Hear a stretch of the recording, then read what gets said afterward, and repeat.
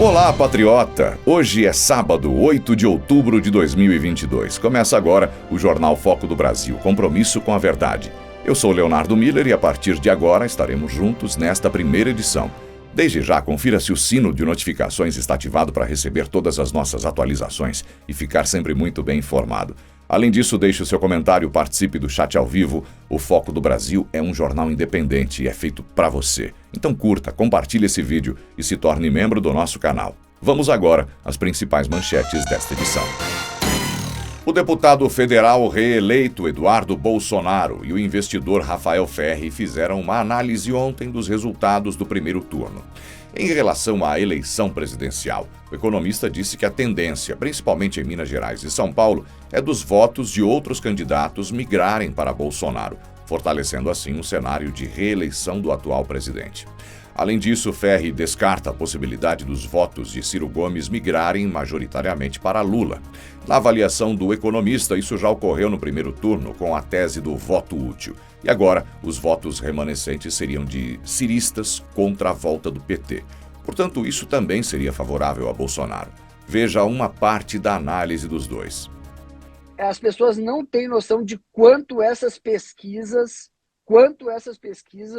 mexeram nas eleições, mexeram muito nas eleições. Eu ia perguntar isso, Ferri. No âmbito presidencial, você consegue enxergar que as pesquisas deram uma manipulada na questão de transferência de votos, a desidratação do Ciro, talvez? O Ciro perdeu 4 a 5 pontos nisso aí, tanto que eu tinha colocado até 43 para o Lula e o Lula fez 48. Esses 5 pontos vieram do Ciro.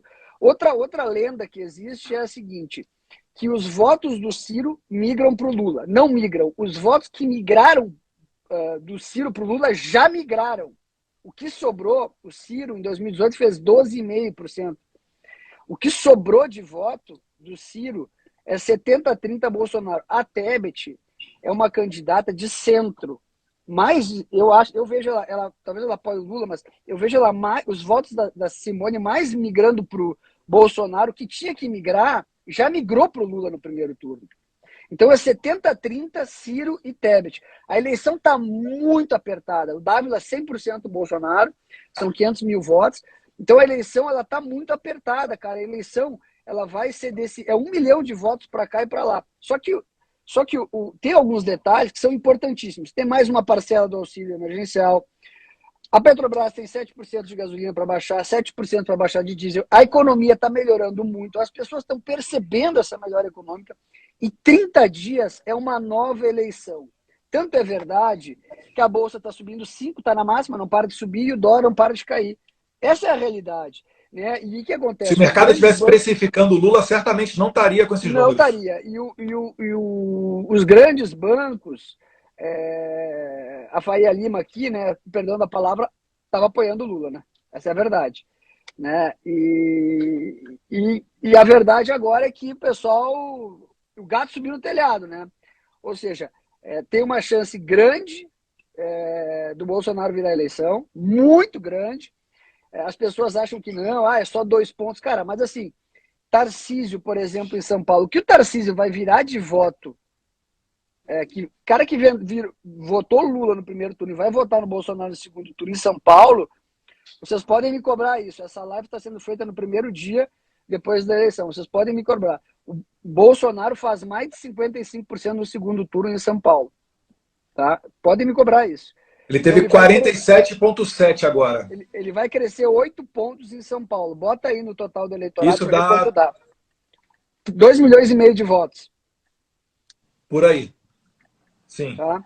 Então, assim, vai ser parelho, vai ser apertado, né? E são vários fatores aí no meio que vão eleger. Agora, Minas Gerais, que estava sem palanque, que é o segundo maior colégio eleitoral, ali o Zema estava naquela de, apoio, não apoio, era um apoio meio velado. Agora ele já ganhou, ele vai apoiar. Ele não vai apoiar o Lula. Ele já falou isso ontem. Né? Então, cara, ali, se o Zema virar Detalhe, 10%, Ferri. olha só, calcula 10%, 10 pontos a mais para o Bolsonaro em Minas Gerais, 53 a 47. São mais 2 milhões de votos para o Bolsonaro. Se somar essa previsão tua de Minas com São Paulo, já dá para passar a fatura. É apertado, né? Como você falou, vai ser coisa ali de Não é, sabe por quê? Por causa que as pessoas estão enganadas Você acha que em Minas vem voto do Lula para o Bolsonaro? É isso? Acho que vem em São Paulo também. E outra coisa, as pessoas estão equivocadas com relação à migração do Ciro Tebet para o Lula. As pessoas consideram que vai migrar mais do Ciro, vai mais para o Lula, não vai mais para o Bolsonaro, porque os votos do Ciro já migraram no primeiro turno. Eu cito aqui 3, 4 artistas que eram ciristas e tiveram que ir de Lula para fazer voto útil, ou seja, eles puxaram todos os eleitores, né? E a Tebet, que as pessoas acham que é 50-50, não é. Eu vejo aqui no meu meio, inclusive, né? Muita gente dizendo que foi de Tebet e vai de Bolsonaro. O ex-ministro da Justiça Sérgio Moro foi flagrado numa comemoração na noite do último domingo, em que aparece trajado de uma faixa presidencial, mas em comemoração ao resultado de sua corrida ao Senado.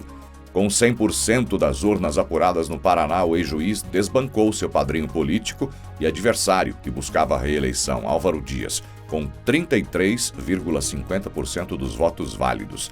A faixa presidencial, presente ou não, pode ser uma alusão ao fato de que a grande ambição de Moro nesta eleição era ser candidato à presidência da República. Agora eleito senador pelo Paraná, o ex-juiz pode ter apenas adiado esse sonho. Veja o vídeo de Moro com a faixa. Cara, são 3 pessoas, não posso, você sabe, a gente não joga muito sem você. O comentarista Alexandre Garcia disse ter achado estranho o resultado das eleições para a presidência no primeiro turno.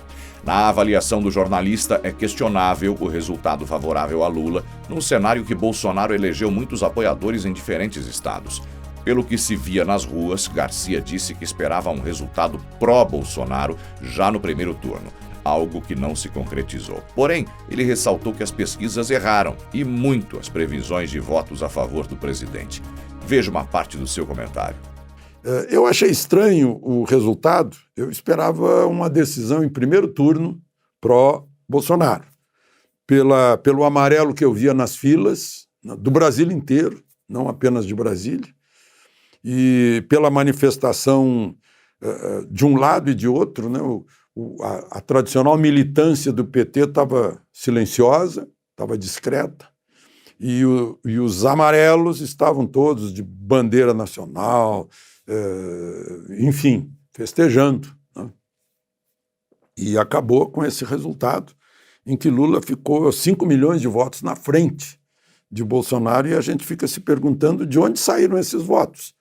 Porque se a gente der uma olhada nas eleições estaduais, Bolsonaro elegeu praticamente todos os seus apoiados para governador, para senador, à exceção, eu acho a mais marcante exceção de meu amigo Gilson Machado, lá em Pernambuco, mas ele fez uma excelente campanha para o Senado, mas não deu. Então ficam essas dúvidas, a gente olha uma coisa e vê que, sim, a pesquisa errou, a pesquisa dizia que Bolsonaro tinha no mínimo, aliás, no máximo 39, tinha 33, segundo o Datafolha, 31, segundo o IPEC, ele acabou tendo mais de 43. Né? Em 9 pesquisas de opinião, todos eles diziam que Bolsonaro teria de 31 a 39, e teve 43 nessa eleição. Tudo muito estranho, difícil de a gente digerir por enquanto. De Brasília, Alexandre Garcia. A youtuber Bárbara, do canal Te Atualizei, fez uma live ontem para analisar o resultado das eleições e mandou um recado aos pessimistas com o segundo turno das eleições. Ela lembrou que só as pessoas que se absteram de votar já teriam sido suficientes para que Bolsonaro fosse eleito no primeiro turno.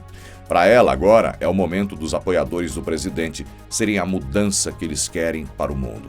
É a hora de conversar com os indecisos para que eles entendam o que está em jogo.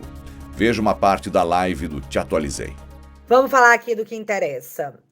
Segundo turno. Fomos para o segundo turno. E agora eu quero que você preste atenção nesses números, porque eu vou despejar eles aqui, tá? Em comparativo com 2018, o Bolsonaro teve 1 milhão de votos a mais.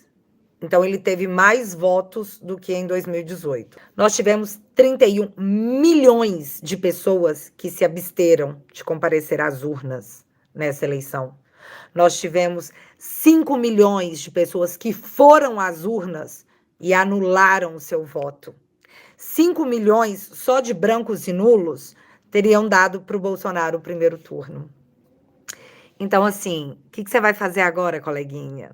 É colocar as informações debaixo do braço, bater na porta e falar: senhora, você tem um minuto para ouvir a palavra? Tá na hora da gente esclarecer esse povo. Tá na hora da gente mostrar o que é que tá em jogo, que não é pouca coisa. É a minha vida, é a sua vida, é a vida dessa pessoa que não faz a menor ideia do que ela tá fazendo. Então, é aquele momento que você vai lá e vai ser a boa influência. Você vai ser a mudança que você quer ver no mundo. Entendeu, coleguinha? É esse o nosso trato. De novo, o número é 31 milhões de abstenções, 5 milhões de brancos e nulos. Em Minas, o Bolsonaro perdeu por 500 mil votos. Então é isso.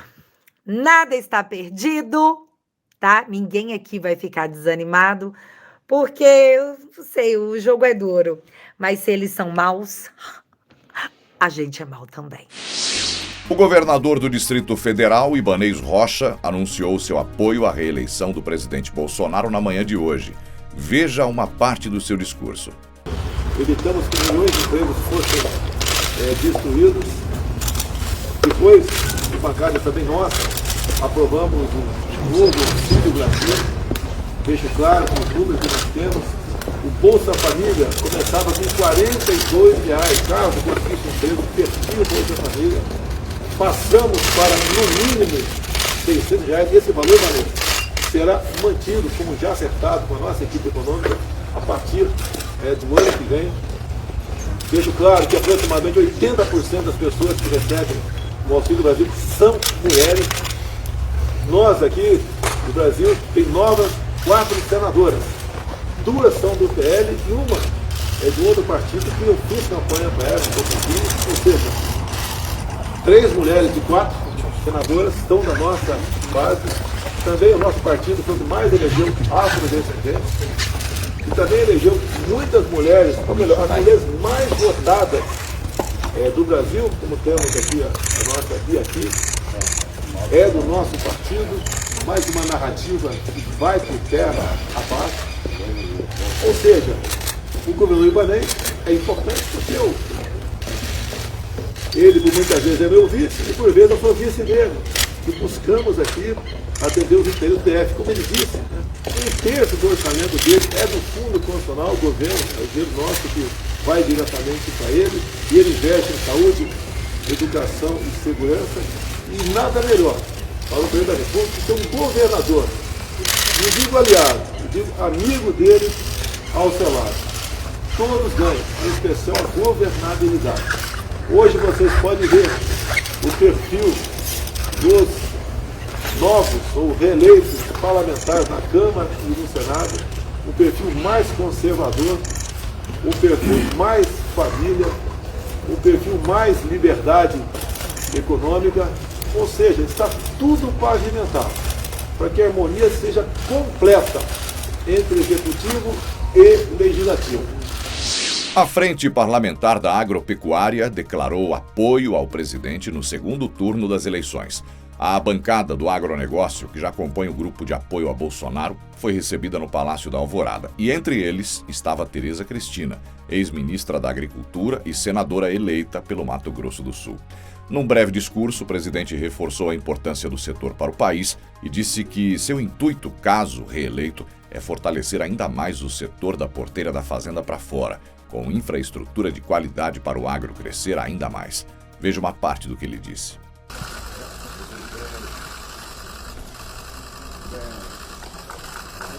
Valeu, obrigado. Obrigado.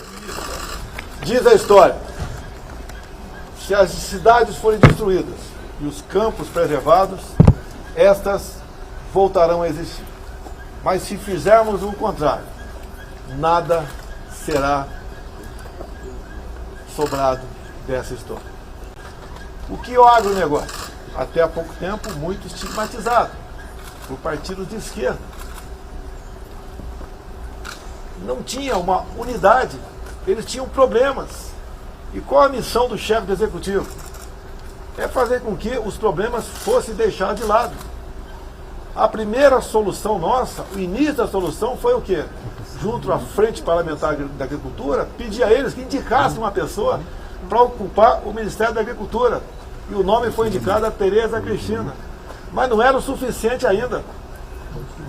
Nós tínhamos que ter um bom ministro de meio ambiente, que realmente entendesse a questão ambiental com racionalidade e está de mãos dadas com a agricultura. Tivemos o ministro Ricardo Salles, atualmente o Juca, que tem essa parceria com os produtores do campo, que tem levado ao Brasil a certeza da sua segurança alimentar, a segurança alimentar de mais de 1 bilhão de pessoas ao redor do mundo. Também agregou-se a Tereza Cristina secretarias, como a da pesca, algo fantástico feito pelo Jorge Seif, que atualmente foi eleito senador por Santa Catarina, que negocia com o parlamento paraguaio a piscicultura no lago de Itaipu. Paralelo a tudo isso, a infraestrutura, que sempre ouvimos falar que o agro, da porteira para dentro, estava tudo razoavelmente bem, para fora nem tanto. O asfaltamento de 50 km da BR-163 no Pará fez com que em época de chuva não ficasse mais os caminhões, os bitrens, parados por uma semana para vencer aquele pouco espaço de tempo. O que fez o Tarcísio também para resolver esse assunto? Parceria com o Exército Brasileiro, os batalhões de engenharia de construção que não pararam em nenhum lugar do Brasil a colaborar com a infraestrutura.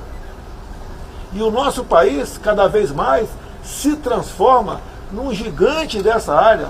Cada vez mais outros países são dependentes de nós para a sua própria sobrevivência. Todos nós somos dependentes do campo, sem exceção. O campo indo bem, alimentos para a população de melhor qualidade e mais baratos.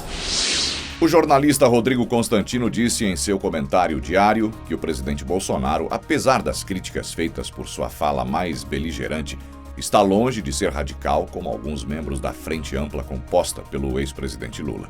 Constantino deu como exemplo o Foro de São Paulo, a agenda ideológica da esquerda e, por fim, uma fala do deputado federal Guilherme Boulos no Roda Viva desta semana.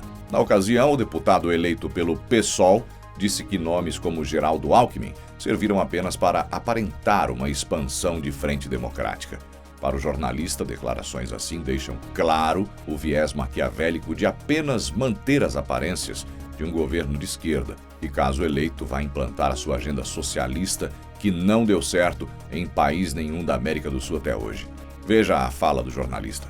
Tem muita gente que não gosta de Jair Bolsonaro. Ok, eu entendo, aceito numa boa, isso é subjetivo. São pessoas que adotam uma visão mais estética de mundo, ou que ainda assistem demais à Rede Globo, ou que rejeitaram a postura do presidente durante a pandemia, ou que nutrem receio pelo estilo mais beligerante de uma certa ala do bolsonarismo. Tudo certo até aqui, é do jogo democrático. Mas é preciso reconhecer, o governo Bolsonaro não é radical e tampouco representa qualquer ameaça à nossa democracia. Isso é claramente uma narrativa forçada da oposição. Trata-se, na verdade, de um governo reformista com um quadro bastante técnico, gente como Paulo Guedes, Tarcísio, Marcos Pontes e tantos outros, Tereza Cristina. E do outro lado temos o quê? Ao Foro de São Paulo, o socialismo radical, aí sim, e a roubalheira, claro, além desses revolucionários dos costumes, os progressistas, entre aspas, woke, que querem professores ensinando nossos filhos de 5 anos de idade que não existe menino ou menina. Não dá para ser indiferente entre Guido Mantega e Paulo Guedes, entre José Dirceu e Tarcísio. E não tem aceno possível para os mais moderados do lado do PT, pois todos sabem que é pura encenação. Colocar Alckmin ao lado do ladrão que quer voltar à cena do crime, como disse o próprio Alckmin, diz mais sobre o ex-tucano do que sobre o ladrão. Usar o vaidoso Meirelles como um amuleto para o mercado não passa de um truque bem mequetrefe. E foi o ultra-radical Boulos quem garantiu isso. Alckmin foi posto como expressão de uma frente democrática anti-Bolsonaro, disse.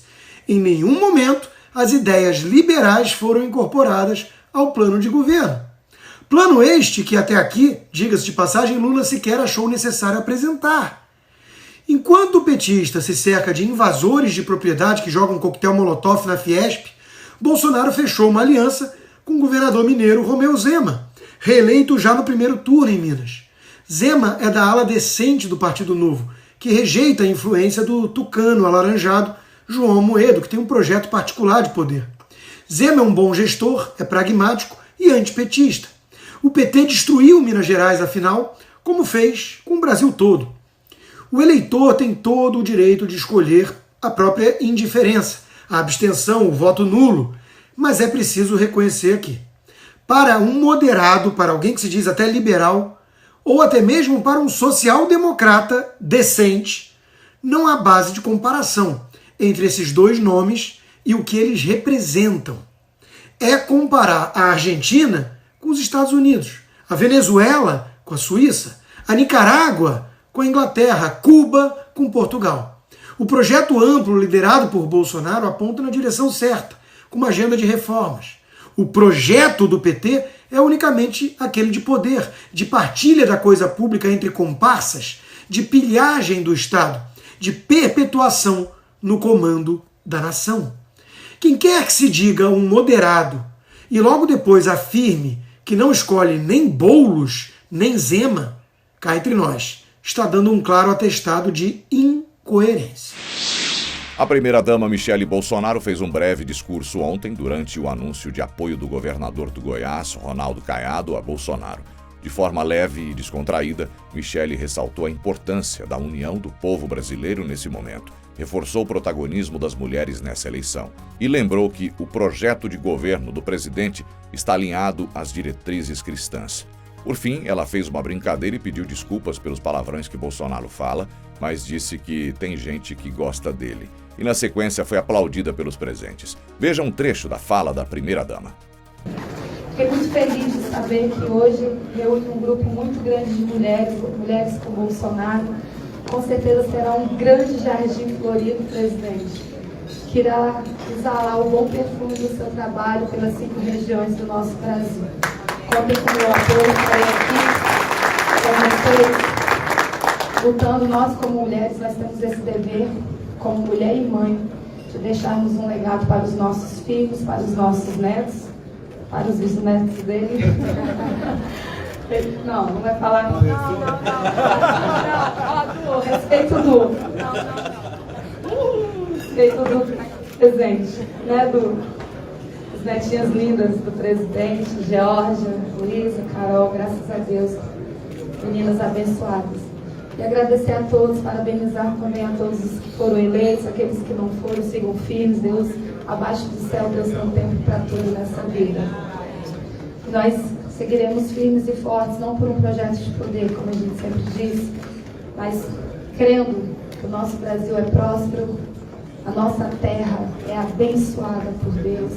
E nós estamos aqui realmente para trabalhar, para levar dignidade, acessibilidade, justiça social e, como nós prometemos no 1º dia de janeiro de 2019, trabalhar e não deixar ninguém para trás. E graças a Deus tivemos muitos avanços na área da acessibilidade, na área da inclusão, uma inclusão com responsabilidade, a verdadeira inclusão, não a inclusão que inclui e dentro de sala de aula exclui. Então, muito obrigada a todos os nossos ministros, porque a minha pauta é transversal a todos os ministérios, sempre nos apoiaram. Gratidão a todos os parlamentares também que nos ajudaram na aprovação de vários projetos. E é isso, vamos firmes pela aliança, pela família, pela vida e pela nossa nação, que é tão amada e escolhida por Deus. Conto com vocês, não sou essa oradora como ele fala, realmente estou saindo da minha zona de conforto, prefiro ser mãe, esposa, ajudadora, porque esse é o papel da mulher, mas se Deus quer assim, vou pedir para Ele me dar sabedoria. Nesse momento também, Peço que Deus dê sabedoria e discernimento para os senhores conduzir os seus mandatos e que haja união em nosso meio, principalmente no meio dos cristãos. Nós não estamos aqui por um político, nós não estamos aqui por um partido, nós estamos aqui por uma ideologia do bem, uma ideologia da luz. Então precisamos ter união neste momento para que a gente possa vencer essa guerra que todo mundo sabe que é espiritual. Então, muito obrigada pela presença de todos os senhores. Obrigada àqueles que vieram de longe. Caiado também, que a Gracinha não estava presente para ouvir meu marido falando da sua postura no Congresso. Perdão a todos pelos palavrões do meu marido, eu também não concordo. Mas ele é assim, tem gente que gosta, né? O vereador Fernando Holliday, de saída do Partido Novo para o Republicanos, anunciou ontem o seu apoio à eleição de Tarcísio de Freitas como governador de São Paulo. Num vídeo compartilhado pelo time de campanha, ele e Tarcísio conversaram brevemente sobre a importância de combater o PT no estado e manter São Paulo como destaque do país. O vereador também fez um apelo para que, além de Tarcísio eleito, o eleitor paulista mantenha Bolsonaro na presidência da República. Veja uma parte. Pessoal, sou o Fernando Holliday, vereador de São Paulo. Estou aqui ao lado do nosso futuro governador, Tarcísio de Freitas. Estou aqui também com o Lucas Pavanato, Robson Tuma, presidente do Republicanos aqui na cidade de São Paulo, para anunciar oficialmente o nosso apoio ao Tarcísio nesse segundo turno, para combatermos o PT e mantermos São Paulo como destaque do nosso país. Mas não só isso. Nós também estamos aqui para declarar o nosso apoio ao presidente Jair Bolsonaro nessa reeleição. É muito importante que Bolsonaro continue na presidência da República para que um bandido não retome o Palácio do Planalto. Conte conosco, governador, e vamos firme nessa batalha. Parabéns pelo passo que está sendo dado no dia de hoje, parabéns pela filiação, parabéns por integrar essa família do Republicanos. E parabéns pela decisão correta, parabéns pelo incentivo que você está dando. Nós não podemos deixar o bandido voltar à cena do crime. Nós temos um caminho de prosperidade pela frente, está fácil escolher um lado. Então, no dia 30 de outubro, a gente tem que votar no presidente Bolsonaro 22, fazer a nossa grande virada, fazer a diferença. Vai valer a pena para as próximas gerações. Tenho certeza que nós vamos crescer muito, gerar emprego e encontrar prosperidade. Conto com vocês. Bolsonaro 22, no dia 30 de outubro. Tarcísio 10. Muito bem, essas foram as notícias de hoje. Novamente, não se esqueça de se inscrever no canal. Seja membro. Não perca hoje à noite a segunda edição do Jornal Foco do Brasil com Cleiton Basso. Até segunda.